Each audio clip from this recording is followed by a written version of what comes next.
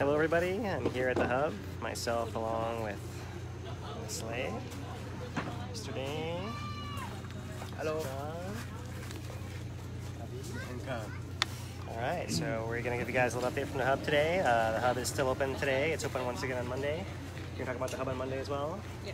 As well. So Lei's going to start us off here today by giving us some PSAs about community activities coming up, right? Starting tomorrow. So I'll just turn it over to you right away and let you... Okay, so tomorrow at Kīlauea High School from 8:30 to 4:30 is the recovery fair. And from 8:30 to 12:30 there's going to be a talk story session where they're actually looking for people to tell the stories, but also they want to know what could be done better in the future. So they're looking for information as well. I will be there, and I will be one of the people listening to the talk stories. That one is in room E116 or 119, I'm not sure which. So come out and see us. Also, the hub will be providing free lunch and drinks at the fair. So come on out and see us. And then for Monday, Monday is going to be the hub community night, and that's going to be from 6 to 8 here at the hub. And it's going to be Thanksgiving themed, but you can bring whatever you want, and it is potluck, so bring whatever you want. And I think that's pretty much the updates, if anybody has any questions. Yeah, that's great. Yeah, so we're going to be having a regular distribution on Monday, like 2 to 6, right? Correct. And we are trying to give out as much stuff as we can to kind of reduce the stuff the hub has on hand, because there may be some movement necessary at some point. Correct. Coming up, you know, as you know, the museum plans kind of continue progressing, you know, for the site where we are. So come earlier on Monday. If you're an evacuee, you can come earlier and, you know, get stuff, right? You know. And as they're cleaning out and they're finding things that kind of were lost a little bit, there's all sorts of interesting things that are ending up here on the tables. So it's worth coming out and checking today or even on Monday to see what new things might be there. Yeah, exactly. That's exactly what I was going to say. Yeah, so come out earlier if you're an evacuee, especially. If you're not an evacuee, you can still join us for the dinner part of it, you know, or come early and hang out and talk stories. Just you can't get stuff if you're not an evacuee. Yeah, you can come join us for the community part of it, and we'll kind of hopefully have our biggest gathering since this thing kind of split us all apart all over the place, right? Yes. All right, so while we were talking community, Kavi, you got anything you want to talk about? I'll give you forum here. Life in Puna is still good. Come see us. We're open for business. That's all. No risk analysis? No risk analysis. I'm not doing risk analysis. Okay. The county's not giving permits, but if you want a building permit, come talk to me. We'll figure something out. Right. That's all I got. Well, that's interesting. Yeah, so there's still people having some issues with trying to get building done, you know, with the county, obviously. I'll probably go on for a while. We don't have to talk about the county too much, you know, apart from maybe how I'd summarize it all is everything's taking forever, no matter what's happening. You know, things happening very fast, and everyone is kind of frustrated with whatever they're trying to do. It's not happening fast, and they're frustrated, basically. All different facets of it. Yeah, Recovery. that's what I meant. Yeah. So, all right. John, you got anything you've been thinking about for the last week? You wanna No, I mean, introduce or talk about? Or? I think a lot. We've just been discussing what the recent tilt and GPS are looking like, and what it might mean about the kind of state that the volcano is in with the south flank moving. So maybe we can get into the data and talk about that. Yeah, we can get into that. Yeah, I mean, I did see you did a little live earlier in the week, right? Anything you want to quickly talk about as far as that, or the more popular video I did definitely is with Robin, the live witness account of the cracks in her yard. I realized after doing that, like, how eye-opening it was for people, for us to be there with Robin and show them the cracks, because a lot of people have no idea. So it was really great that she was able to show that. And then I tried to talk and give people an idea of the risk versus hazard analysis, is the way that the geologists analyze our volcanic threats, and I kind of fumbled through it, but it's relevant for this period where people are trying to decide how to coexist with a volcano in the yellow. What does that mean, especially if we're near the old eruption sites? And so, yeah, that's what it was about. Yeah, so you guys can go check those out. Yeah, they're still up, so you guys can check them out in their entirety. That was like the teaser. Yeah, Yeah. people to go check them out. Retroactive preview. Well, yeah, at least, a hook at least, huh? Right. Cool. Thanks. Dane, you got anything going on? Just been kind of looking into we've been definitely having inflation over the past like 2 months at Pu'u'o in the mid-east rift. So I've been kind of looking into what are the scenarios that we have historically for that type of intrusion, where magma's already intruded into the rift and we have activity and eruption following. And right now, one of the best ones I got is the Jonica flow in 1961, where following the 1960 eruption at Kapoho, magma returned to Halemaumau for 3 separate events and then erupted in the Middle East Rift about 7 kilometers from Pu'u'o, further towards this eruption, so further to the east. And the mainly interesting thing about that is how little time we actually get to see signals when the magma is already there. So in that case, we had in 61 there was about 16 hours worth of signals before an eruption that lasted 3 days. But it was an interesting kind of scenario to consider for where we're already at with magma already intruded in the rift, and kind of wondering what the next movement is of Kīlauea. Is it back at the summit? Is it in the rift? Is it going to be a combination of both? So it's kind of and it gives just some solid things to look at, even if it is going to be different. Yeah, that's interesting too, especially for the warning time. Basically, right. Like sometimes when things start to change, it changes really quick, and so a lot of the historical examples are like that. So. Yeah. Yep. Yeah, so it's interesting. Because we talked about how the South Flank is moving, and that kind of eruption is still very much on the table, right? Because I realized that I've been talking about how lava reconnects and re-erupts as if that kind of eruption isn't a real eruption. You know what I mean? When I've been saying the thing is going to erupt again, or it's not going to erupt again, or it's quiet, or whatever else, I'm referring to, usually the way I'm thinking of it is a continuous magma pathway from the summit feeding area to wherever it's coming out of the ground in some kind of sustained fashion, right? Now, what you're talking about, just kind of make clear and reiterate, is like an isolated pocket of magma that's been there already, and in the ground cracking open, and that being enough to just cause it to erupt very locally in that one spot, and then nothing else happens. It's not going to go 8 miles and burn a bunch of stuff. It's going to go, like imagine like the first week of Leilani kind of style, right? Where you have those fissures, and you might have at most like a mile-long flow if you have like a big pocket in one area, but usually it's going to be 20 yards long flow kind of thing, right? And and Leilani's early phase was actually exceptionally long-lasting for that kind of activity. It was almost a whole week, right? Right. I mean, well before that first pause of a couple days and before it kind of resumed, and that kind of magma, because it's true. You brought up the point that it was more complicated than that, because it wasn't just one push; it was several pushes, right? But I think it was the first push lasted about a week, and then the second push kind of mobilized. But maybe that's just my way of interpreting it. Right. And even the second push, it didn't do anything spectacular during that push. It tapped into the andesite by Fissure 17, but otherwise it was just the same type of activity. It moved further down. It intruded further in the rift during that section. Or the crack propagated further. Yeah, the crack propagated further. But at that point, it was pretty much similar. And then it started to work back up the rift, and holy hell, when Pu'u'o showed up, it started going to the ocean all of a sudden. It wasn't playing around anymore. Right. Alternatively, though, get back to my devil's advocate roots. Another example that I was reading about is when Pu'u'o switched to Kupaianaha. This is kind of the second phase of the eruption. It moved to Kupaianaha. The lava had already kind of intruded through the rift, and it had been erupting at Pu'u'o.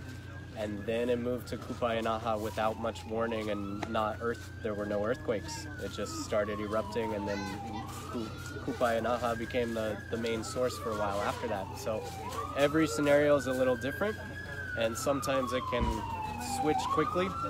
Yeah. But the difference with that Kūpaenaha eruption is it was part of the continuous feed of lava, like Phil was saying. So different than like the 1960, where you kind of have contained lava is escaping, and it's not likely to produce a big flow.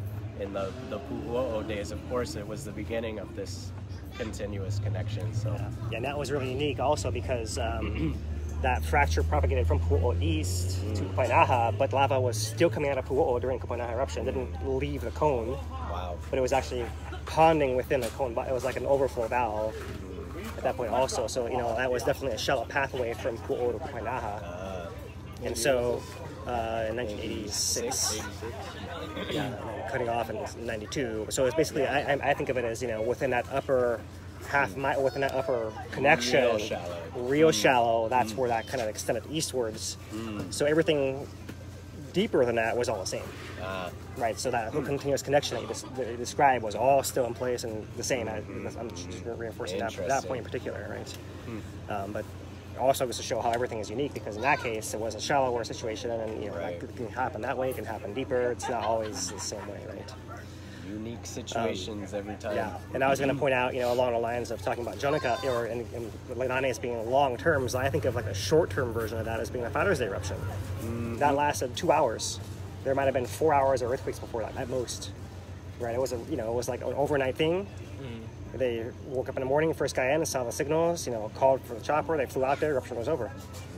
By like 6:04 in the morning, it was over. Like they got there, like, oh yeah, everything's still hot and on fire, but like it's not coming out of the ground anymore. And that was the end of that. Right? That was really a 2-hour thing, right? So that's like, you know, and that same thing. Like, so kind of the shorter, like the less lava there is to move, you know, even if it's a small pocket near the ground near the crack, the less signal it's going to show or give when it's moving somewhere. So in the case of a 2-hour eruption, that's not enough magma to actually show any signal more than 4 hours ahead of time. In the case of a 3-day eruption, 16 hours is what you get, right? In the case of 3 months, now we got 4 or 5 days worth of signals. Exactly, and it could easily be longer signals than that. too. Like 6.9 earthquakes and Pu'uo'o draining in its entirety. Those are not subtle signals at that point in time. Yeah, so I think that's useful to talk about, right? Because, you know, the relative scale of things changing, right? Things are going to keep changing continuously, but like that's the scale of change that we were dealing with, and it's different from the scale of change that we're dealing with now. We're still dealing with change. Yeah.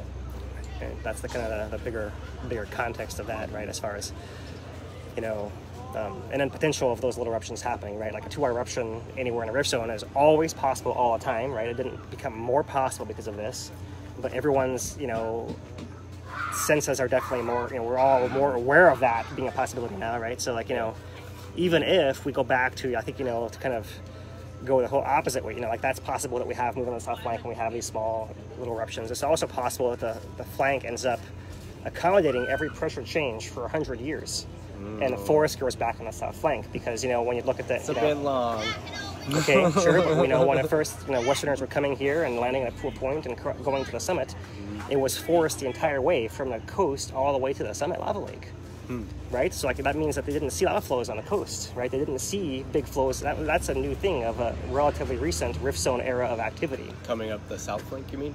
Is that the way they were the way they're approaching, yeah. So, you know, like kind of, you know, looking, and it's true that, you know, depending on where they actually approach, you know, if it's more by Hilanapali or more by Apu, it makes a little difference, you know, but kind of those things aside, imagine you would have seen from the boat if there was a big steaming flow in a forest as opposed to a whole bunch of forest, and at the top and you're like, holy crap, there's a lava lake here. Like, I was just in a forest for a day. Or like, you know, how was I going to know? Like, which is usually the accounts that I've seen, is they're more like shocked, like, oh, look, there's a lava lake. We came through the forest and that kind of thing, right? So that means that at least for some period of time, you know, presumably following the 1790 summit collapse, right, there was an era of quiet on the rift zone enough for the forest to grow back, so that by the 1850s or so, people were actually coming and traveling that route. There was a forest there by then, right? So there are, you know, if we look at those old eruption maps, regardless of how accurate the actual time zones are, which we've had a question with, you know, there are times when we have more rift eruptions and more summit eruptions, more rift eruptions, and we don't know that we haven't crossed a boundary like that. You know, that's the far extreme end of, you know, okay, like, you know, it's true that there could be a movement on the south flank today, the ground could crack open, and within a couple hours, lava could come out somewhere very localized and not go very far. The far end of that is it could be 100 years before lava comes out of the ground again on a rift zone. And, you know, We're all trying to find signals of that, but that's the range of things that have happened in the past. If that's the only kind of, without looking at any of the signals that we see and any of that kind of stuff. I'm considering it. We don't know, I'm not telling anyone what to expect from that. I'm kind of giving you the range of possibility as like, not anything that's really workable or useful because like, well, okay, I can come out, it won't come out, I don't know. Like, we're kind of back to normal is the way I think of this area of the Earth. Normal for here is, like lava can come out of the ground from cracking happening. Pretty much, even... It is interesting how the seismic is kind of at a new normal. Like it's, especially since the pause, probably about twice the amount of activity as the old normal prior to the eruption. And that's been sustained for 3 months now. And maybe a little tapering off on the seismic activity as of late. But there's days where it goes right back to what it was doing a month ago. Right. So it seems like there's, it's like a new normal almost. Yeah, absolutely. Yeah. Let's turn. So I know we've been talking. Should we show some of the plots and maybe use that to prompt our further discussions? Here, let me get the thing set up here. Let's set the camera and let's hope that there's no glare and the microphone picks everything up. All right, so here we are on a Hawaii Tracker tilt page. The Pu'o instrument's been dead for 3 days or so there's nothing on that plot. Too bad. The summit plot, shows a little earthquake happened earlier today. Would you say two something? 11. 2 point something. 2 point something. Pretty small 11. Earlier, and was that a little summit maybe? Yeah, it was at the summit. At the summit. 11. Real shallow. Right. But apart from that kind of one spike on the graph, you can see there's been some variation, but our scale here is half a microradian per dotted line, right? So we started at 1, we went down to, looks like it's just below negative 0.5, and then back up to almost positive 0.5. It's not a whole lot of variation, maybe 1.5 total over the whole 3 days there. There is, of course, the biggest, if you kind of try to average out the bumps, maybe there's more of a deflation pattern here, and then reinflation pattern kind of through here, but it's not really that clear within the size of the signal we see just from getting very small compared to the other ones we've seen so far. So we're zooming out to the 1 week plot, right? Now you can see it a little is this thing refreshed? Should I refresh it? Oops. That's push that. I pushed that. Okay, there we go. Get some phantom data pop up just to make sure that we got the most recent one there. Okay. So there it is for the week, and that's what we're just showing there, that kind of decrease and maybe a little increase since then, right? So That little we're kind of thing. debating whether that might possibly be deflation, inflation. Don't feel But like it. no one here is that comfortable with calling it that because you just can't see it well enough within the noise. small. Maybe, Yeah. But it could be, some deflation was involved, but was it really a DI event? It's hard to say.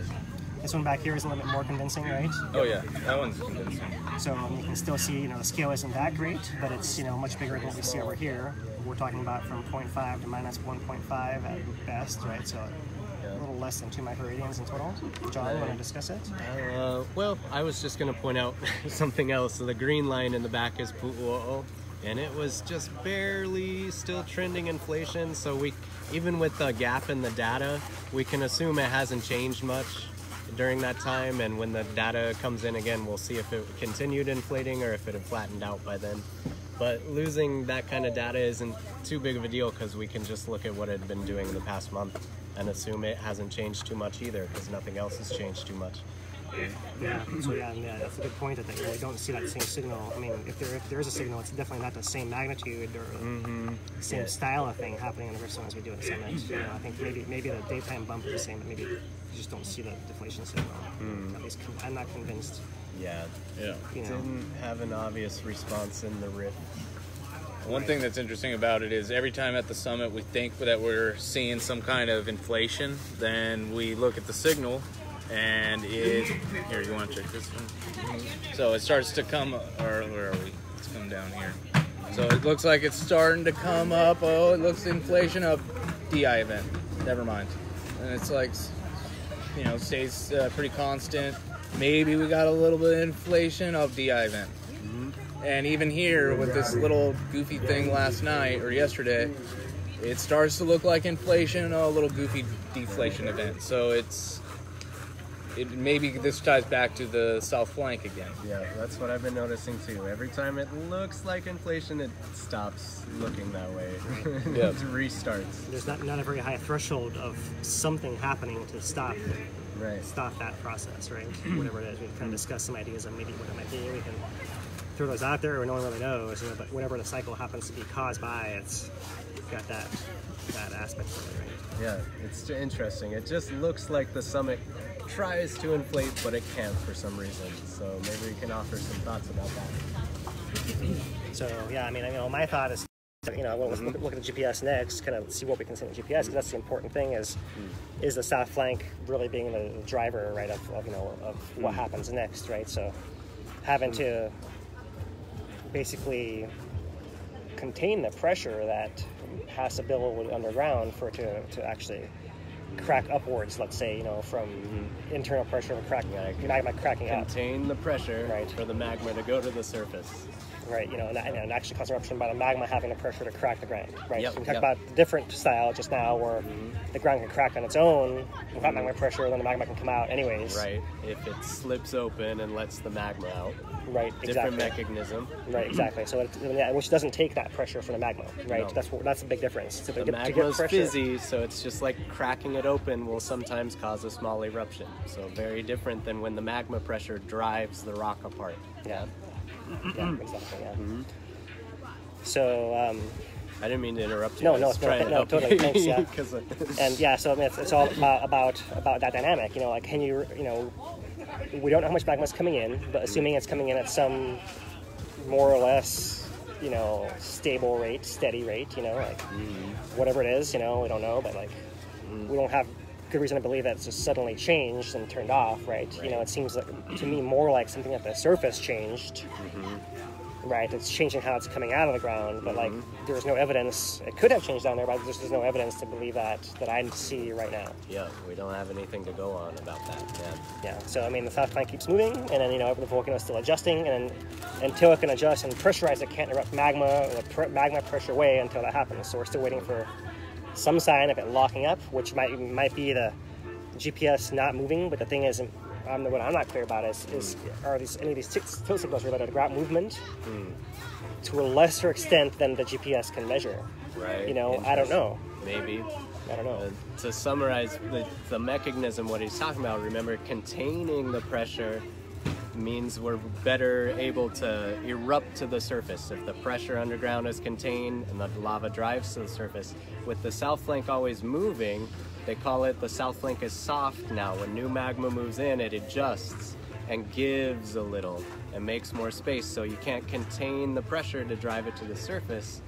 And under conditions where the south flank is soft, giving a little bit, we might get more intrusions and stuff. We might store more lava underground without erupting. So it seems like that's what we're seeing going on right now. Is one way to analyze it, right? Yeah, exactly. Yeah, thanks for stating that a different way. Absolutely. That's what I do. I state what you say a different way. Sometimes I have my own ideas too. So let's look at, the tilt shows that kind of one pattern. Let's look at the GPS. I haven't seen anything convincing in GPS that shows that real change that I'm looking for. But let's see what we see. Sorry. Here we are in the last 3 days. We don't see a lot of change. Let's try something closer too. Yep. Here at the summit, we don't see a whole lot of. That's a flat line. Here at the end, yeah, flat. I mean, maybe if we had better scale, we might be able to see a little more detail, but we don't see anything. But I'm happy about that. At least it's not deflating. Yeah, so if the summit seems locked, maybe call that at least temporarily. Steady. Yeah. It may unlock at some point if some pressures change, but right now it looks like it's steadily locked and stable, right? Yeah. It looked like Pu'o'o, after a long period of eruption, kind of all through here until here, and then post-eruption, kind of still continuing to, this is distance across the rift zone by Pu'o'o, right? Continues to kind of contract, maybe try to stabilize and contract it more, and maybe now it's finally as stable as it's been anytime since before the eruption. Way level. Right, so zooming in, you actually, I'm trying to look for some change recently. Maybe we have a little, maybe it's actually contracting even more here within the last That gets weeks, but I can't really. that gets a little too precise for me.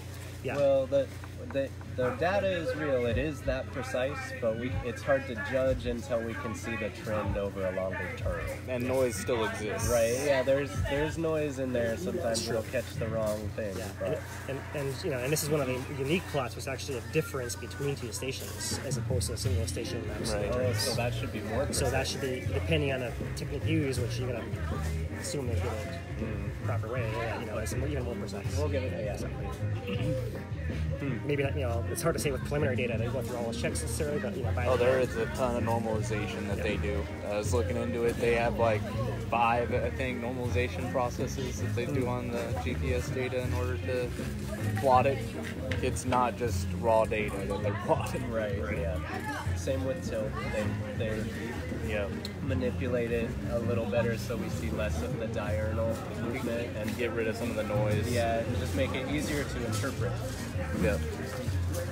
So as far as the Pu'o'o station itself by the jacuzzi, you can see that we have had a flattening of the increase. It's still increasing very slightly, but it was definitely not as steeply as it was back here. Right. Since There was a little flat spot, then it's almost bumping up and again now. Right. So definitely something dynamic happening in this tail end that changed, maybe about a month ago or so.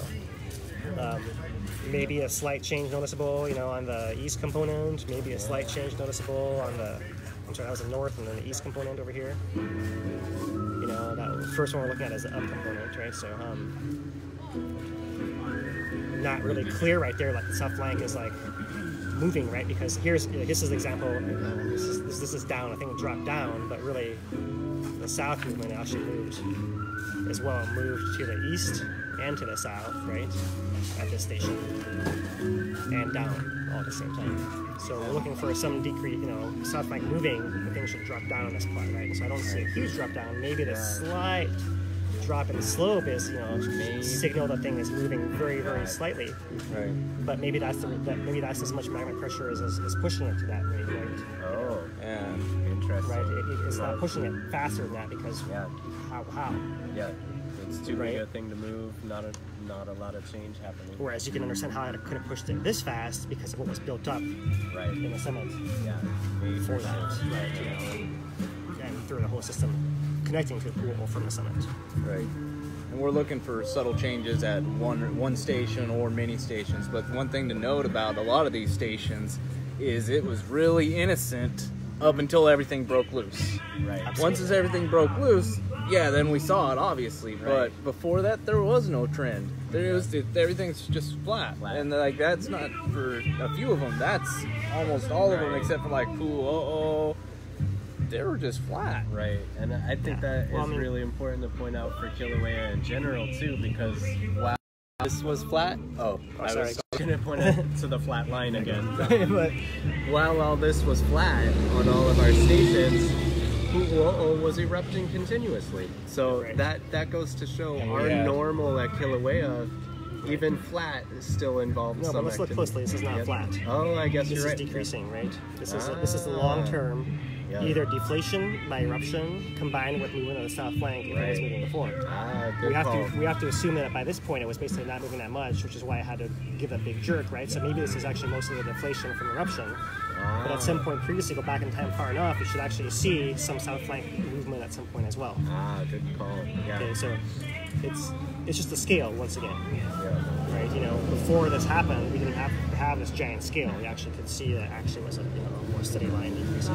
Because again, that's stuff that you can notice after the event, looking back on it. Trying to use that to predict an event. No, you can predict that. That pattern has been going on since 1992 or 86, exactly. kind of thing, since the high fountains. That's kind of the point. Long-term deflation. Right? So that's just the background, right? So you might say, okay, well, in that case, we maybe are resuming the background trend, right? The slope is the same as before, but what I'm saying is different now is that now, clearly the rift zone was locked, sealed, or whatever term we want to use, right? Like where it wasn't moving, and then maybe here it actually is, right? So you're actually accomplishing the same thing, right? As far as how much the ground is moving at an angle, slightly to the south, but without eruption. Yeah, Right. this would be the Very more cool. sustainable one. Good With call. the other one ends in an eruption almost when it's a pressurized area, and you just keep adding the pressure to it. You're building up towards Right. something. With this, if it keeps building and then adjusting and building and adjusting until it locks, it can sustain that. Yeah, absolutely. Yeah, yeah. I mean, one of the interesting, one of the reasons why, you know, for many years, having even when I was first at HBO and still till recently, no one knew how long the eruption would last. It's going to end every day.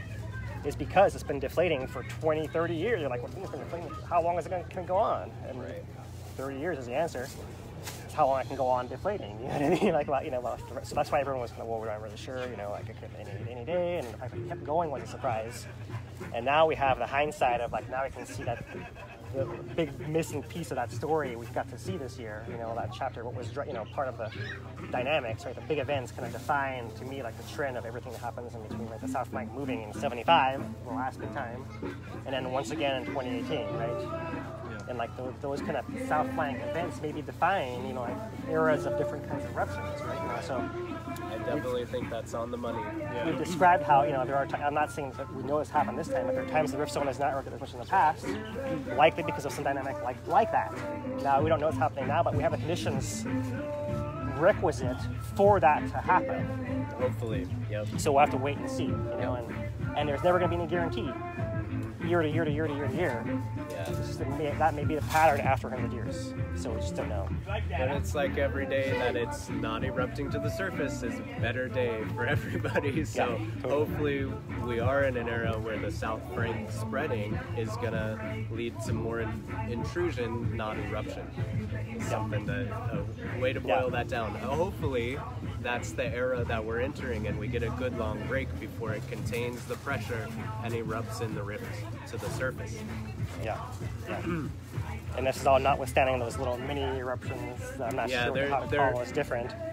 Right. Pinching of lava out of the ground. I don't know, Localized. Localized crackouts. Yeah, there you go. Localized, yeah. Localized. But so that's kind of that's kind of our outlook still. I know we've kind of been evolving it as time goes on. We're kind of, I don't know. I mean, maybe we're settling into some long-term watching by now. I mean, where the signals that we're seeing are we're still waiting for something bigger to happen, and things are interesting, but academic, really. It has just been it's really interesting to see these signals start appearing. Yeah, it's like we're slowly seeing the vital signs come back from the volcano, so there's a lot to learn.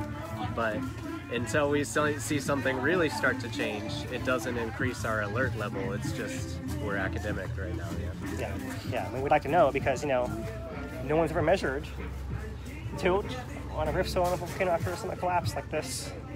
This kind of system. So that's why we don't know what we're going to see, and what we see, we don't know what it's going to mean. And whatever we see next, we'll be like, oh, so this must have meant what we were seeing meant this. That's why. It was option D what we were talking about. Yeah, option D, totally. So it's good to keep track of the changes we are able to see. Yeah, so maybe I'm going to switch back the camera around if there's anything else in the GPS, we saw what the Jacuzzi station was doing. Here's the Jonica station. You can see that the east kind of also changed course recently. The north seems to have flattened, maybe all the way. Maybe slightly rising. Almost. Maybe there's a slight rise. It's hard to tell within the pixels there, but it's way more flat than it has been at any point recently. The Jonica station. And it's also true for the vertical component, although it's still rising vertically a little bit, but it's It's at a reduced rate. rising vertically and tipping to the east. And that's really interesting because Wow, that's moving just, south. that's really weird. So that's why I kind of see, I can't imagine that these things might actually be blocks floating within the rift zone rubble potentially. It's something they're fault bound by faults. Right. So it's one thing to say that try to make it a little more useful, right? Because every part of the island is fault bounded. Right. But these are bounded by actually active moving faults right now, possibly. Right. Which is a difference from possibly before, where It's an interesting idea. Yeah. So I don't know. It's just I just become suspicious when we have that much earth cracked and moving, but anyways, we can see the pattern there of Jonica, so The change is really interesting. if I'm looking for the ground moving south, it's probably not happening as much as Jonica, right? Right. Yeah. Right, maybe it's happening slightly at Pu'u'o, the ground is moving south, but if the ground is moving south, it's not moving south farther east than that, right? So Jonica is not, right? So let's look at Devil's Throat on the upper east rifts. It's not really part of the south flank, so I don't know if that's very useful to us, right? We can kind of see here, the long-term deflation pattern also at the summit, and then we resumed that actually almost exactly. Not a whole lot of offset. Someone's asking, is John suffering from an invasion of itchy and scratchy? Yes. my throat hurts, and I'm. Thanks for noticing. I hope that's what they mean. So okay, Camel looks like, I don't know if it's a south movement. We zoom way in, maybe flattish, but maybe slightly. If Pu'u'o was slight, maybe that's a slight also to the south. Not very convincing. Outlet, not very convincing movement south there. Crater Rim, let's just keep going by. Byron's Ledge. Makapuya figures, rip zone again. Okay, so this one maybe is interesting to look at a little bit more, because here's our long-term background movement, whether it's the deflation and the south flank together, and then here we're actually going steeper after a recovery, right? So this part of the rift zone, right, which is west of Pu'u'o, right? Pu'u'o was as far east as we've seen, maybe the effect should increase to the west. And in that case, maybe that's some sign of that piece of ground was moving slightly faster than it was before. Maybe it's south flank is moving, combined with magma going in there. If it's magma's going in there, the signal we're seeing, it's hard to say what the signal is exactly, but something changed, right, from before to afterwards as far as the rate of that thing. Yeah, I think that can easily be related to the south flank is more mobile than it was before this change. So North Pu'u'o, kind of flat also. This is maybe not, this is not on the south. Well, yeah, it still did a big jump to the south during the earthquake, but it's farther north on the rift side, so maybe it wouldn't show as much south flank movement, as far as that goes. So this station, PG2R, looks like it's actually maybe slightly steeper also down here, Yep, a little farther west.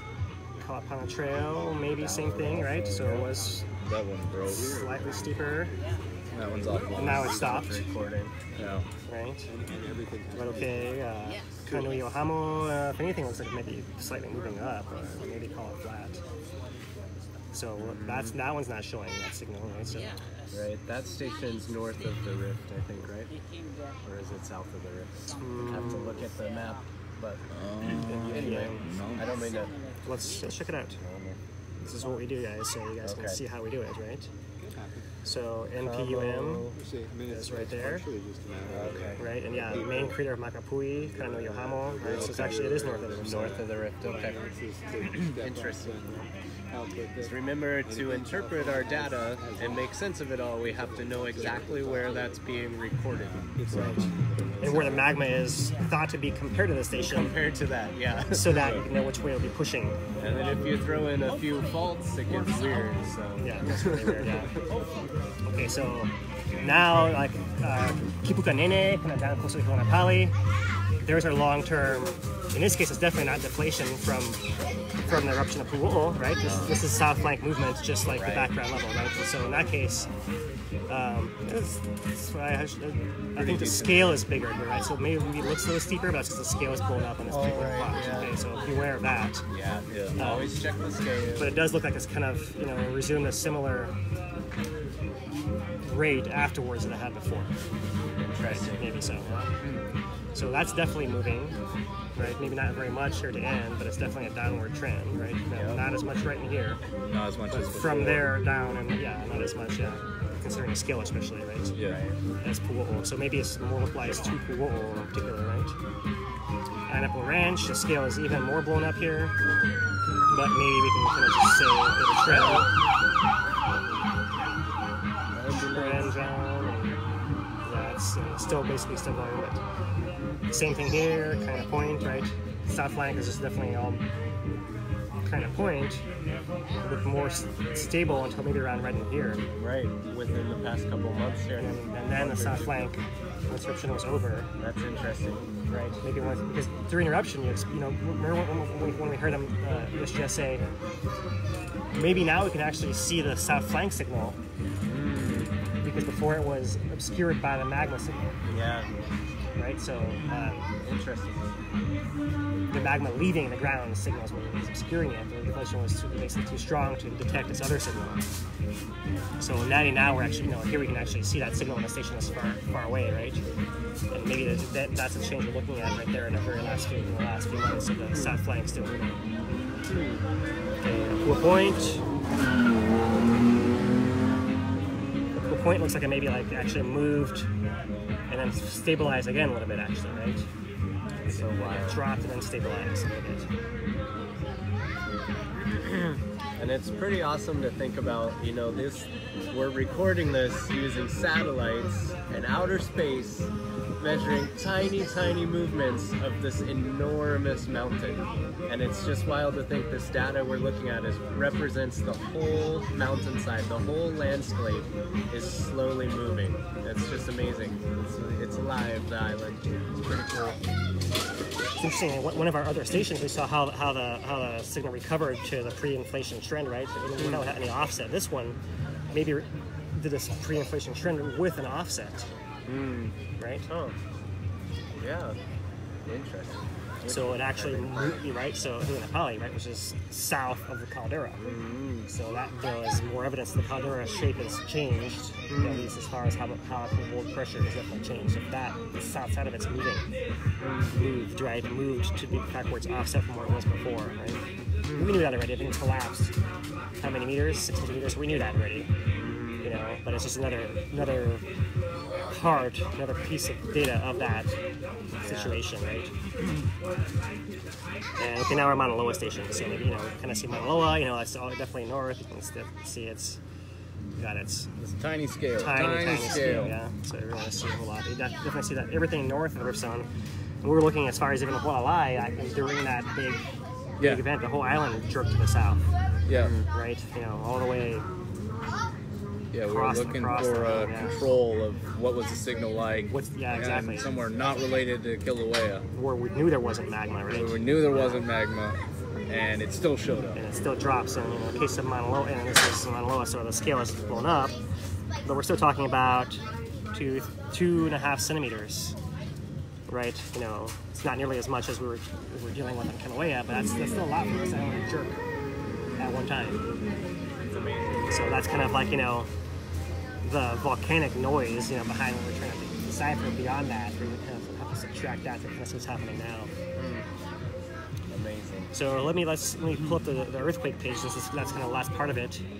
You know, we're not lucky enough to have a real-time gas data online, which would be the last thing I really want to see. You know, we've been looking for it. I mean, we're working on that. You know, downwind of Kīlauea for a while, but. And I've heard rumors that they have it, but I haven't found it. Yeah. I found one live SO2 monitor online, but it's at Holly Mau. Yeah. That's it. So within the last day, it's showing 7 earthquakes here. One down by Pahala is the most recent one at 30 kilometers down, deep, 1.8. Looks like maybe 3 or 4 up at the summit, right? Ranging from 1.8, 1.9 to 2.1, something like that, yeah. And then a couple of south flank ones, kind of in the Pu'o vicinity, just west of there. Pu'o, kind of Ohamo area, right? That's the last day. Let's go back to the last week. I'll show you guys. It's actually coming a little bit of a slower week, but you can still see there's activity distributed across the geography everywhere, right? So into the 3 spots that it's centralized. You got the deep quakes at Pahala, you got the Holly Mau quakes right around the summit, and then you got the scattering at about 5 to 7 kilometers down along that south flank fault, which is going to run all the way out to, I mean, we've had quakes all the way out in here past the point, so there's been plenty of quakes along that south flank, and it's not just one particular spot, it's the entire flank there that's moving. right.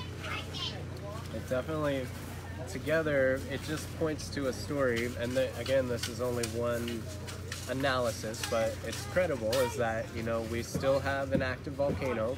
It's still being fed magma from somewhere very deep through its plumbing, and it's looking like, because the south flank is moving, it's not building up pressure.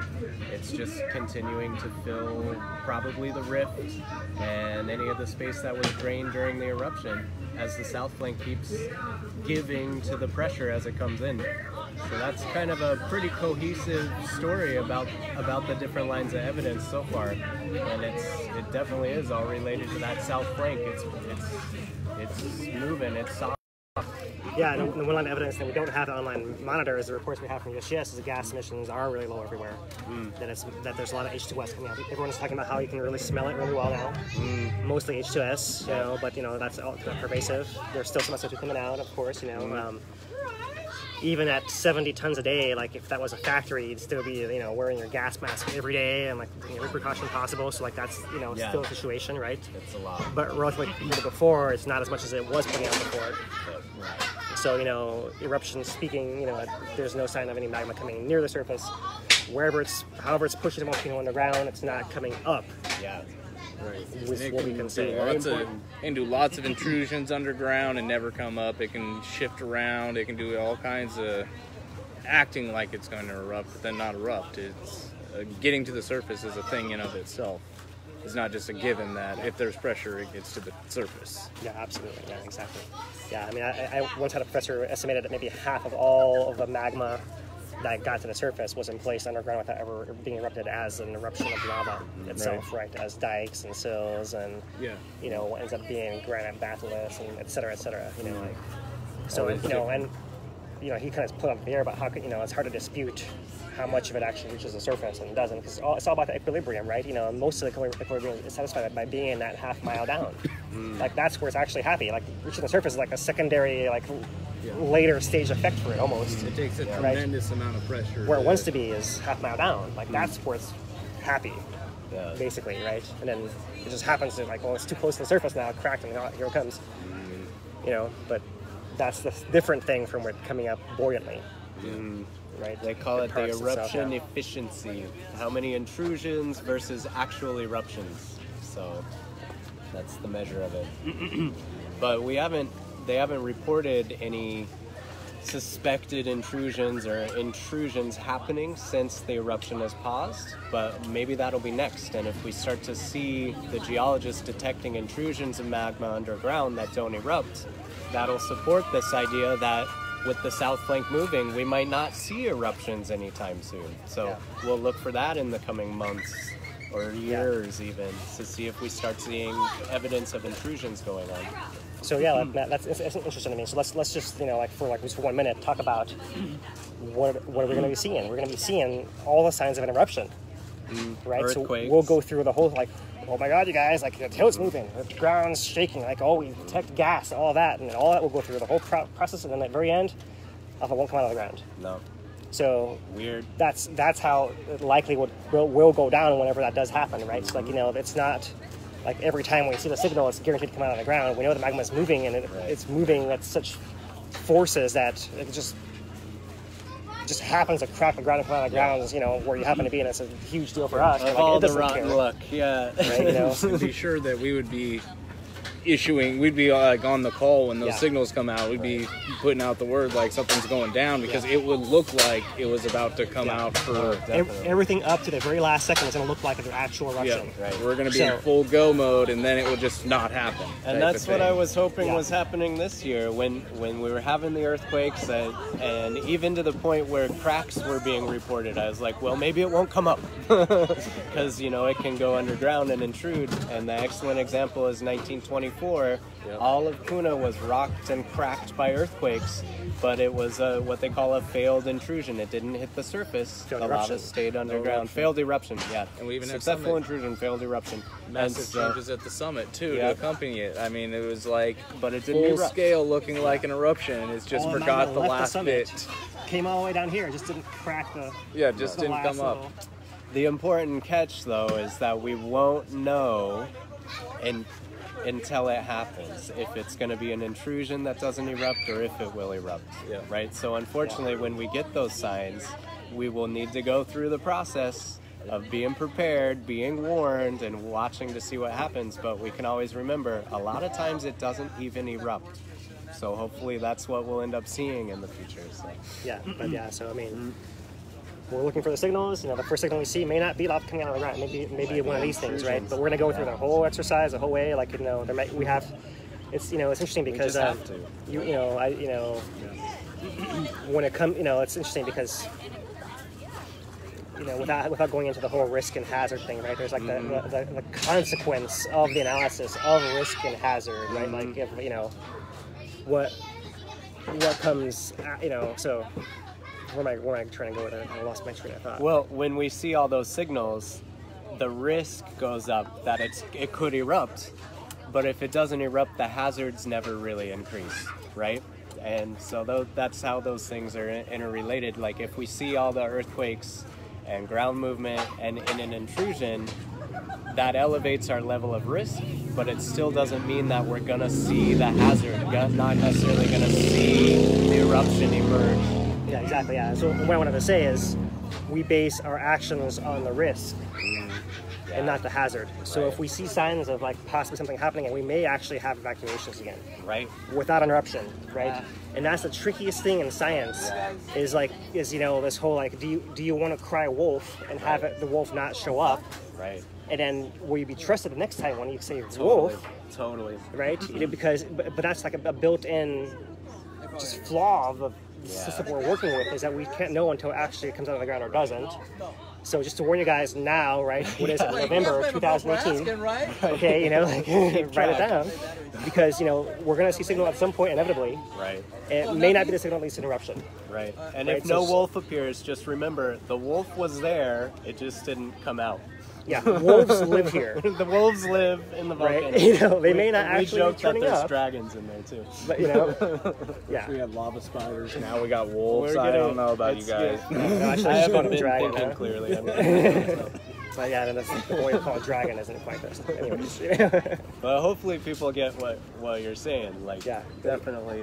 There's no way to distinguish beforehand, so we need to treat it react to the risk. Without knowing. Yeah. That's how it has to be. Yeah, and that's why, when we see the first big signal, we're gonna be, be like, look, it's a sign of eruption. Or like, then one of us will be like, well, I don't know, is it really or is it not really? We'll be like, well, I don't know, and then no one will know until it actually doesn't come out of the ground or does come out of the ground. Right. But we should know like what area is at greater risk by that time, like where the earthquakes are moving. Where the earthquakes are moving, we'll be able to have some indication. Where the ground is tilting. Yeah. Where it's likely to come out. Right. If it comes out. Yeah. Right. So if it comes out, so we won't know until it happens. So, anyways, yeah, that's kind of the long term outlook, right? So, we hope that that's not going to happen for a while. That we can kind of have more of these, the discussions. We've been kind of, while the transition's been happening here, we're all getting back into our other work. We've been not doing as many updates out here, but at some point, when everything is back in place here, that'll probably change when we start doing more public events. That's the kind of our plan. Cool. But until then, we may kind of what I was thinking. I haven't discussed with anyone, so let's kind of spring. Like we might be able to have a chance to do more interesting kind of broadcasts where we can go and do hikes and go see things in the field, right? Yeah. But you can't just do that out of the fly, right? We have to kind of have a chance to kind of get ourselves back together, reorganize, kind of plan some of these things, and put them in place. Yeah. So. Hey, man. Good to see you.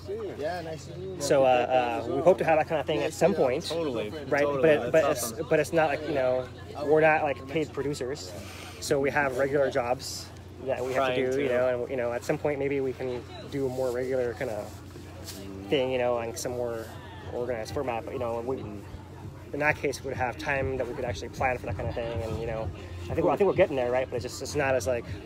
Yeah. There's a lot of cool stuff hasn't quite happened that way yet. So yeah, I'm glad you got to do the broadcast from the cracks. I think maybe that can be like the kind of thing that I'm.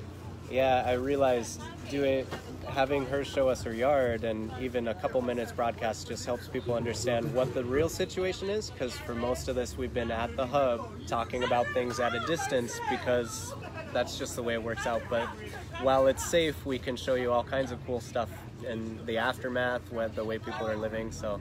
That would be great to do more videos on site like that. Yeah, for sure. Yeah.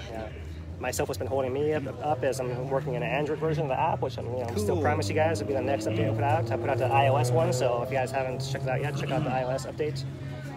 And that's all I got. You guys want to add anything else? That was a good discussion. Yep. Yeah. Good. Pretty much. All right, so well, let's sign off then. So from the hub, you guys, just remind you guys, Monday is the hub dinner, right? Hub dinner. Tomorrow is the housing community fair in Kīlauea, right? So go check that out. I remember thinking the paper, I think, said that even USGS is going to have a booth there as well. Oh, cool. So that'd be good. might be a chance to go corner some people and ask them some questions, right? So maybe some Get some hard questions from you. maybe maybe we'll have some more information that we can extract for you guys.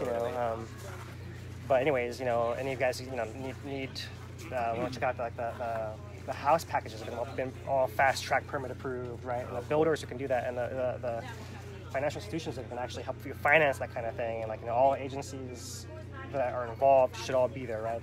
Cool. To kind of help people with whatever they need, kind of coming out of this, right? That's awesome. So this is something that the hub was talking about doing for many months, and so this is kind of the culmination of the county taking over the lead, and so it took a little longer to get it to fruition, but here it finally is, and so cool. At the high school. Yeah. I'd like to try to go myself to kind of collect some of the stories that Leigh's talking about as well. I think that'd be really interesting for us to share as well. So I'm not sure, exactly what we'll talk about, whether it'll be there or not. But, maybe you run into us if you guys could turn up over there, or maybe not. And like Leigh was saying, the hub will provide food, right? Lunch, right? So check that out. And then Monday will be our Thanksgiving themed potluck dinner here at the hub for the whole community. Everyone is invited for the dinner, right? Distribution is just for evacuees, but everyone can come and not get supplies and just kind of do the dinner part of it. Yeah, dinner's great. Talk story, connect. Yep, pretty much. So, all right, you guys. All right. Stay classy, Tuna.